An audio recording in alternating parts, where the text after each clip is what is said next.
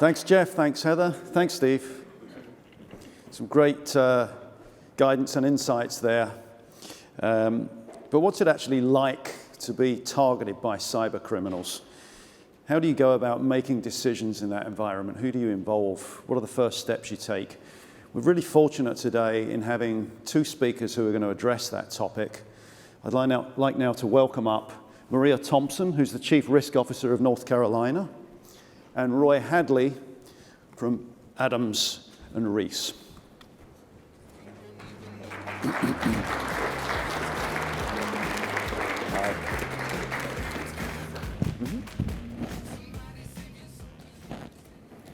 you. Maria, Roy, thanks for joining us today. Morning. Morning. So, Roy, I wanted to start with you and explain to the audience why we have you here today. So, I'm going to take you back to March 22nd, 2018. Sometime fairly early in the morning, you got a call from the city of Atlanta. Correct. And it was basically somebody on the phone saying, help, wasn't it? That's help, and how soon can you be here? And my response, like any good business person, is I'm on my way. So, and what had happened here, just by way of background, was that some IT workers at the city had found that some systems weren't working, and they determined that they had been attacked. And at that point, had they been hit with the ransomware? Was a ransomware demand out there? Right. So what we're talking about is the city of Atlanta at that time suffered what was probably the largest ransomware attack against a municipality. To answer your question specifically, the problem with municipalities, with governmental entities, is it's public. So, before I got down to the city, which was only about a 20-minute drive or so, the ransomware note was already on television. It was already on, the local news channel, which then makes how you respond to these things just a little bit differently because it's publicly facing at that time. Sure. And so everybody knows about it. Everybody's starting to call. On the way down, I probably got 3 or 4 calls from friends. Did you hear what happened? Did you hear what happened? And you have to say, yeah, I kind of did. And, thus began really what were 16 to 18-hour days probably for a month or more to get things stood back up. And when you got down to City Hall, what did you find? When we got there, a lot of unknowns is really what was happening. You can have the best contingency plans in place. You can have your incident response plans. You can have all of business continuity plans. But what I would tell people is when you're hit by a ransomware, especially if you're in a municipality setting, it's a very complex thing, a lot of moving parts, and you're trying to get your handle on it. And, you can do tabletops all day long, but until something actually happens, you really just don't know, because things are coming at you and things that you just didn't think about pop up. And I'll give you one example.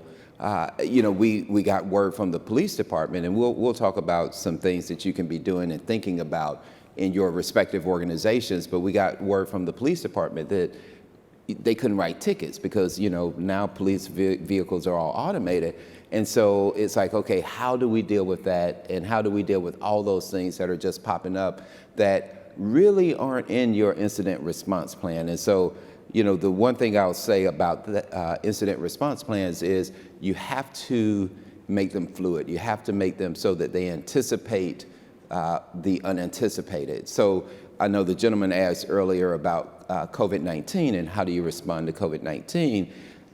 It should not be a surprise to anybody in this room of how you respond to COVID-19. It should not be a surprise to organizations because something like this is going to happen. There's going to be something in the foreseeable future that's probably going to be worse than COVID-19. And so now is the time for you to be thinking about, what do I do? How do we react to these sorts of things if people have to work from home, if people are afraid to touch each other, if people are afraid to communicate, if your supply chain breaks down?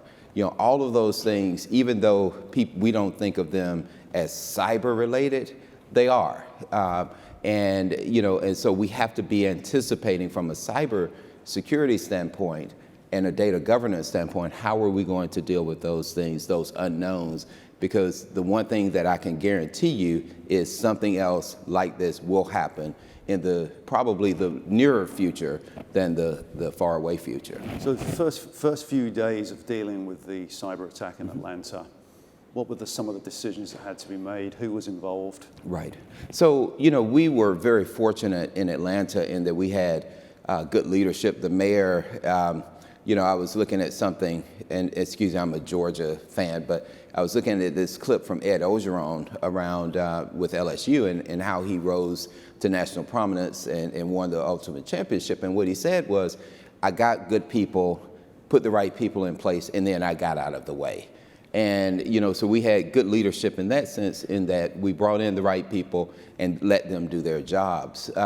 You know, one of the things that we did was we leveraged what our business continuity plan. The city had hosted major sporting events, so we kind of had a business continuity incident response plan in place. But we had initially 2-a-day meetings with the mayor and all of her direct staff reports, the police chief, the fire chief, the jail chief, head of public works, head of, you know, all of those heads. We met at 7 in the morning and we met early in the afternoon. And what that allowed us to do, and that's not even the IT people, right? But what that allowed us to do was to firsthand hear from them directly what help we needed, what was going on. And then that allowed us to then deploy what we call just little SWAT teams to go out and, you know, address issues real time rather than waiting for them to manifest themselves by people calling in or somebody saying, I'm in jail and I can't get out. And so we've managed to, you know, manage those things because of those meetings. We also had 3-a-day IT meetings, IT-related meetings, one early in the morning, one in mid-afternoon, and one in the evening. And those, again, we brought everybody in and talked about it. And the one thing I'll say to anybody in this room that you really need to think about are your communication channels. You know, what are your communication channels? How are you going to communicate up and down your chain and horizontally, because that's where you're going to hear about things kind of percolating. I was on one ransomware attack, and I was sitting in the bowels of their IT department, and you kind of heard some grumblings, and what it was that, and so I asked somebody, there was a rumor going around in the employee base that they weren't going to get paid that Friday. It was payday, and people were like, oh, and you could see the you know, productivity just tailing off.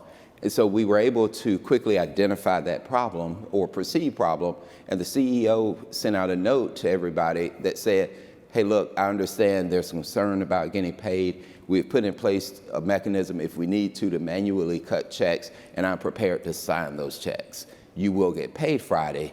All of a sudden, bam, productivity goes back up because everybody's not in the corner gossiping about how they're going to get paid. And those kind of real issues just pop up. In the communication. That's right. Maria, let's turn to you now. Can you explain your role in protecting North Carolina from cyber attacks? Explain the setup that you have. Sure, absolutely. I work with the Department of Information Technology. I'm the State Chief Risk Officer, and my office is the Enterprise Security Risk Management Office. And what we focus on is being a resource to our not just state agencies, but local governments as well. And what we've done most recently is we've established a cybersecurity response force. And this is, I jokingly call it the Avengers Unite.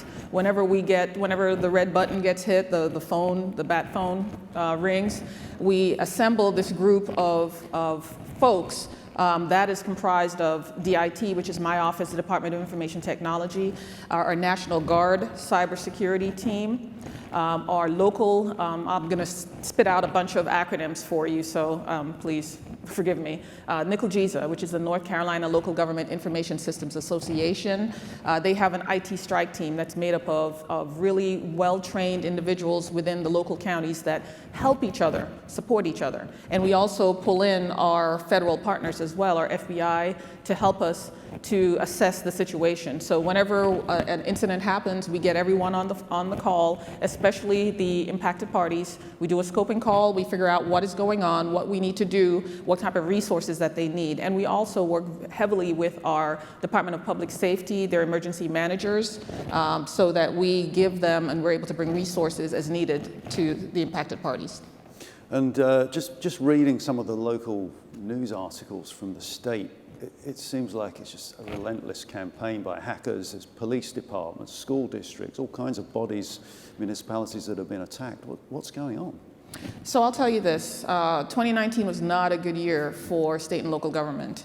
And 2020 is also starting out to not be a good year for us either. Currently, we are involved in an incident, and I'm sure you can Google it right now, that we're dealing with a cybersecurity incident right now within one of our counties and our local cities. So generally speaking, I think the word has gotten out to the bad guys that we are under-resourced. And, and they also understand that within the local government, we have a lot of our critical infrastructure. We have our water, we have our public safety systems, we have our health and human services systems. These are core tools and capabilities that our citizens need to, go about their day-to-day activities. So knowing that, they know that there is an increased pressure on these entities to bring the network up or to pay the ransom. And so they're targeting the state and local government. And it's typically ransomware attacks that we're talking about here? Typically, ransomware attacks, we do see business email compromises as well. Mm-hmm. And for those who don't know, business email compromises are those sometimes not well-crafted emails, but they take advantage of situations where, I've seen one as simple as, hey, are you at your desk? And it looks like it's coming from somebody that you know, and you respond back, and then they say, I need you to transfer X amount of dollars, or they give you another, account number or so on and so forth. And generally speaking, folks, when they fall victim to it, they did not take the precaution of just stopping, slowing down, taking a look at the email, maybe contacting that person to say, hey, did you send that email to me? I'm not sure, so on and so forth. They go ahead and they transfer the money, and that's where it ends. So I think I'm correct in saying you used to run cybersecurity for the Marine Corps. Yes, I was the cybersecurity chief. I worked for, of course, the CISO for the Marine Corps. Okay. Which was easier to protect, the state of North Carolina or the Marine Corps? They all have their challenges. They all have their challenges. I will say this, though, that in the state and local government, because of the lack of laws that we have, it's a little bit harder to enact changes in local governments when you're sitting at the state level. So that's something that we have to really, really focus on partnerships. How can we work together as a team, because we are one ecosystem, and that's something that I've been stressing heavily in the past couple of years to get them to understand that if you're impacted by an entity, by a cyber attack, chances are your neighbors could be as well, because we are connected. So both of you have alluded to this, that this is all a learning experience. Right? With each attack, you should get better at your defenses. What are some of the main things that you've learned over the last couple of years from being attacked and responding and hopefully improving? Well, I would say this. Some of the trends that we've seen in some of the incidents that we've supported, generally speaking, folks don't know their networks. The IT folks are not aware of what is connected to their infrastructure.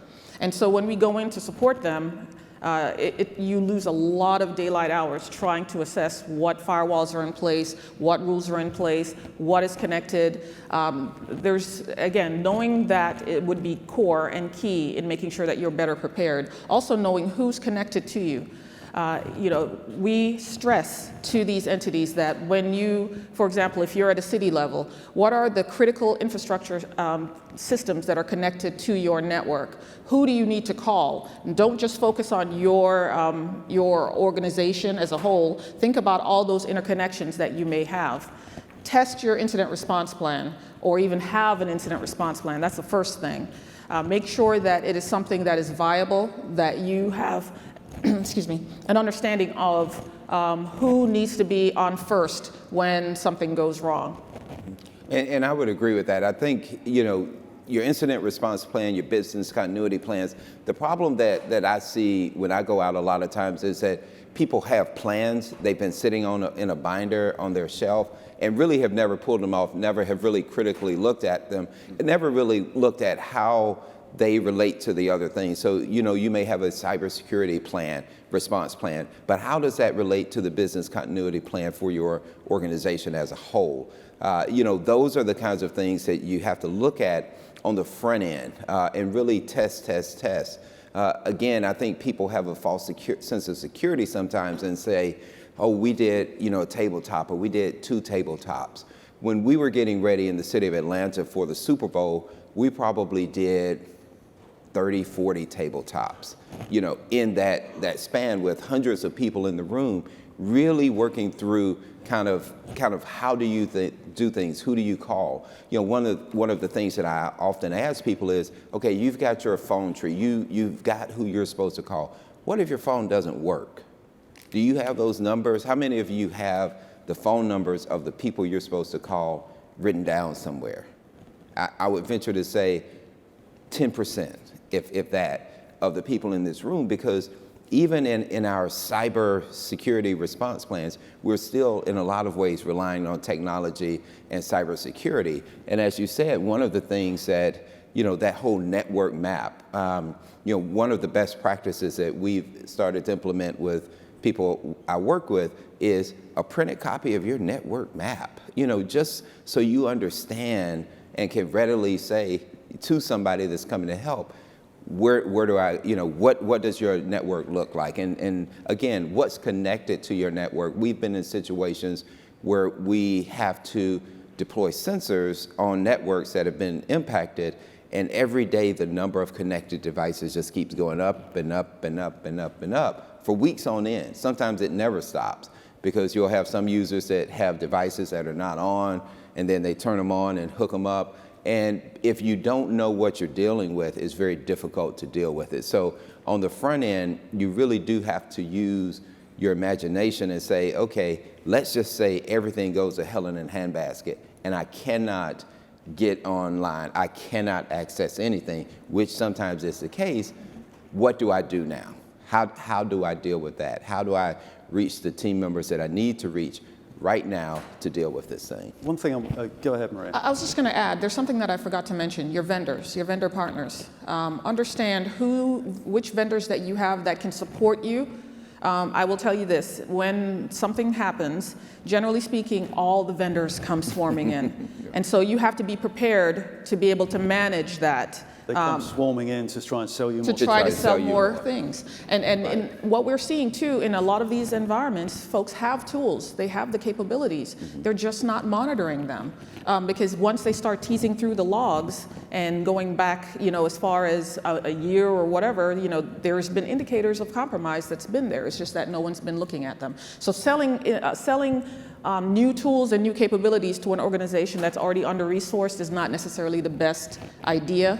And we try to encourage our local governments to understand that when you adopt a new technology, make sure that you have the proper resources to support that environment.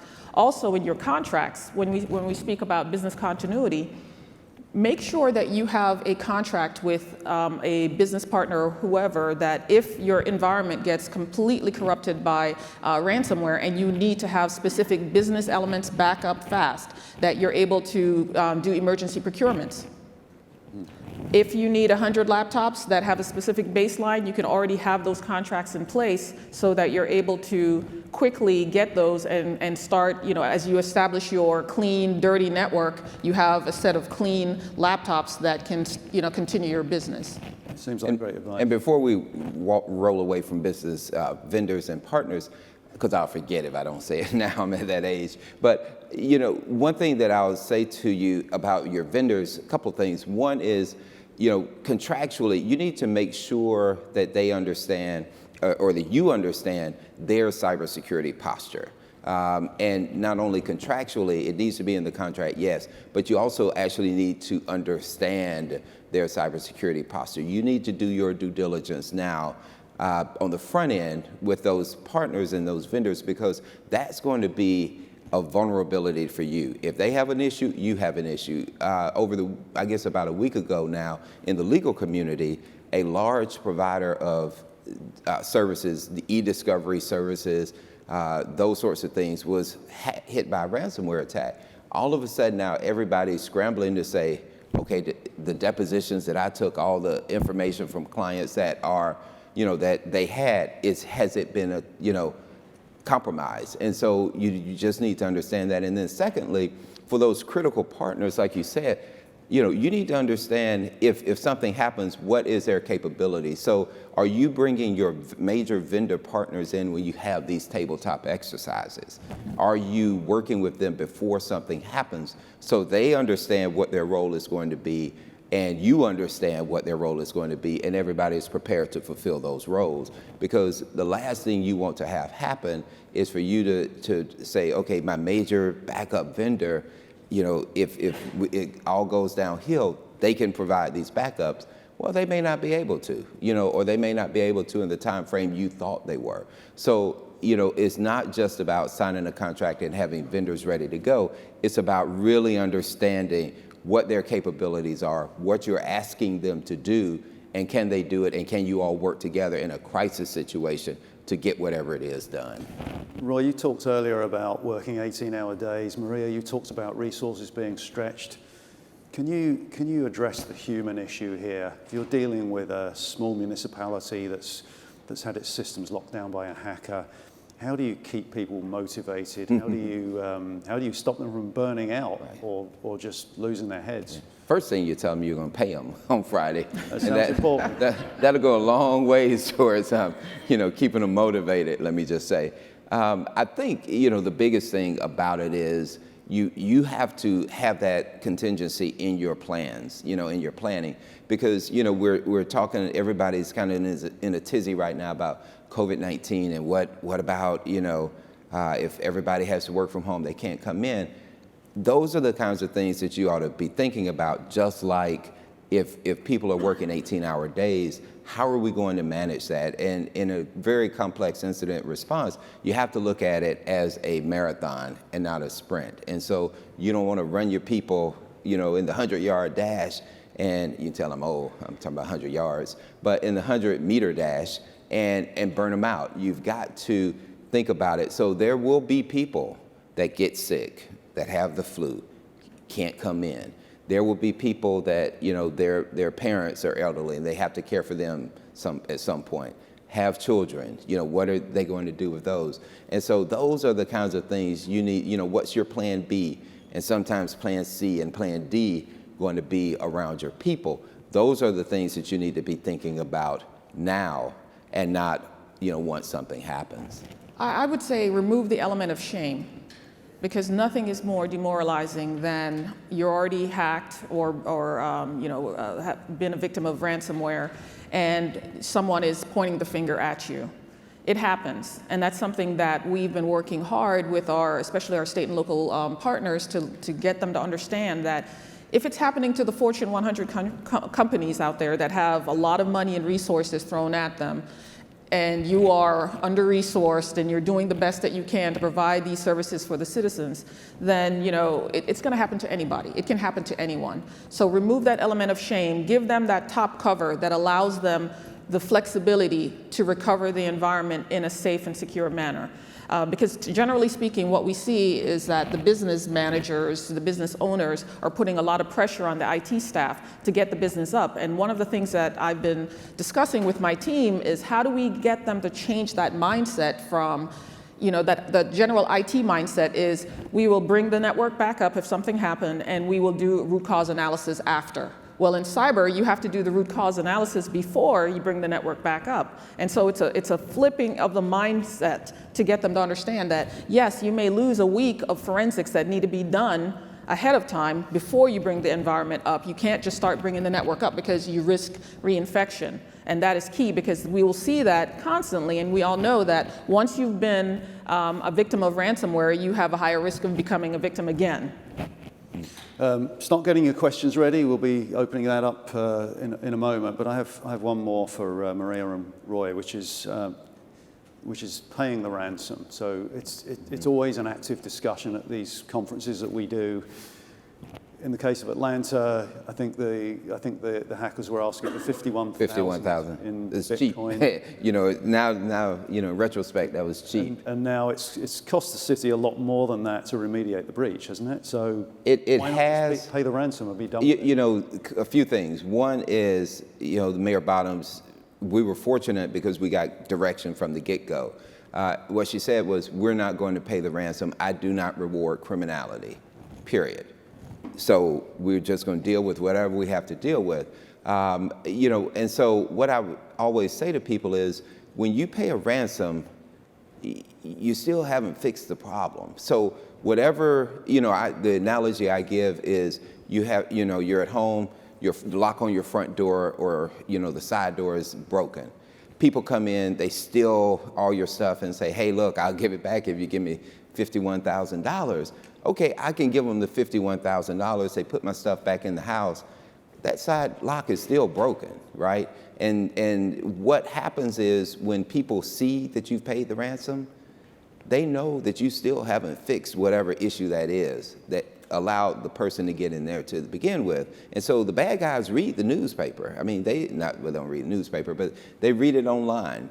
And they understand what those vulnerabilities are. So you still have to fix it. And then, there used to be a professionalism around criminality and ransomware. So you had a few bad actors, but they knew what they were doing. Now like somebody was saying earlier, you can buy these toolkits off the dark web, and people are infecting networks with ransomware, and they really don't know how to do it right in the infection stage, and they definitely don't know how to do it on the decryption stage. And so we see a lot of clients and enterprises that pay these ransoms, get the keys back. The keys don't work. They have worked. The data's corrupted anyway. And so you still have to go through all those steps. And in Atlanta, what we just said was, look, we're going to take, we're not going to waste a crisis. We're going to take this opportunity to get better. And we are continuously doing that. And that's what I would tell everybody out there. If you have an issue, try to get better on the front end. But if you have an issue, use that issue to get better, to get some lessons learned out of it, to get some best practices out of it.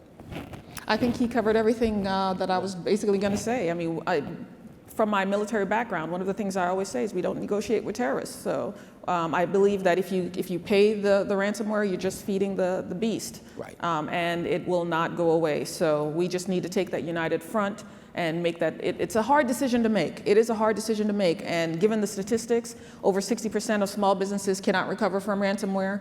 Given the fact that 70%, roughly, I think the last statistic I saw was a little over 70% of those who do pay the ransomware do not actually, get their data back in a usable form. Exactly, get back operational.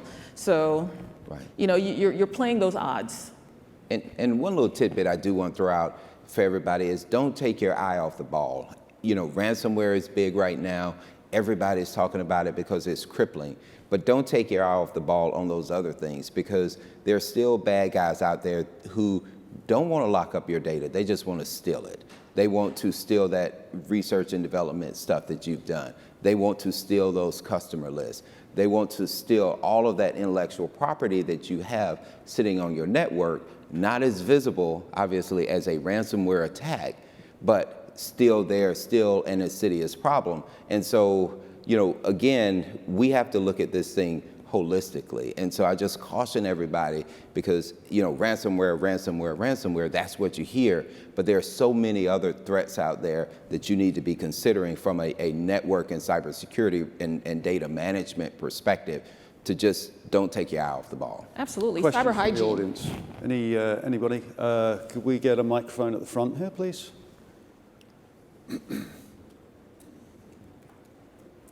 You were going to say something, Washi? Oh, no, I was just mentioning about cyber hygiene. It's the Yeah. number one thing. I mean, if you patch your systems, and that's something that we are very poor at doing.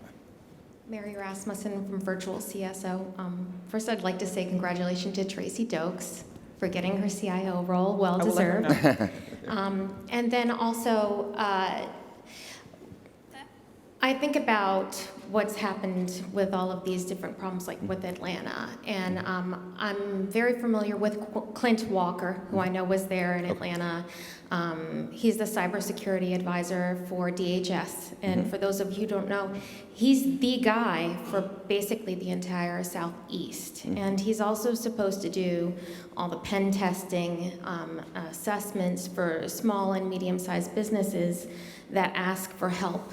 And then for emergency services for cities, counties, state governments. And what I think about is, how does one man do all of this work? And I don't understand why our government is not giving as much help as they should be. Where are we supposed to get what we really need out of DHS in an emergency? Like, if the federal government thinks that's an appropriate response. Because I know, for instance, there's a 6-month wait for just a pen test right now from Clint. I know that when he responded to Atlanta, he had to come from Tampa and he had to drive overnight to get to you, to help you. So that's what I think about. I think we need another 15 Clints, at least. And that's true. I mean, just as a whole, we're under-resourced and overwhelmed by the adversary. Kind of put it in military terms. I mean, we've got adversaries out there who are very sophisticated, very well funded, and are just coming.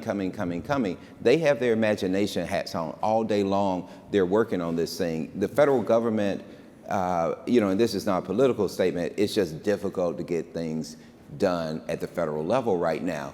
And because of that, we just have to share information. We have to band together. We have to put in place those mechanisms to share those types of resources on the front end, and then should something happen, what do we do on the back end to make it happen? Because there is one Clint, we actually need 100 more Clints and those type.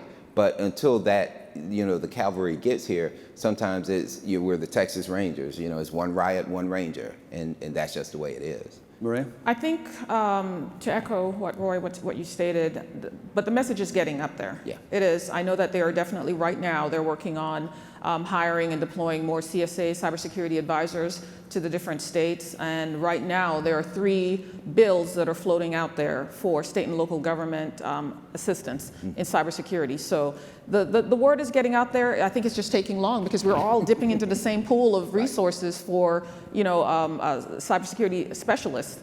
And if you're looking at the numbers, we're way behind. So it is a struggle. It is a struggle. But I think that the word, again, it's funneling up. It's just not as fast as we would like to see it. And so, going to what Roy said, we have to band together, and we have to look at the resources that we do have and tap into those resources and build those relationships and partnerships. Whether it's with your schools that have, we have within the state of North Carolina, we have 9 cybersecurity centers of excellence.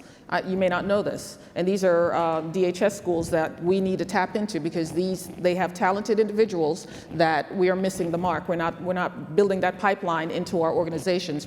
We need to partner with these schools to see how we can do better on that front. So just to summarize some of the highlights here, have manual backups, understand your systems, remove the element of shame, and perhaps most importantly, make sure to pay your people. So I'd like to thank Roy and Maria for a great discussion. Thanks very much. Thank you. Thank you.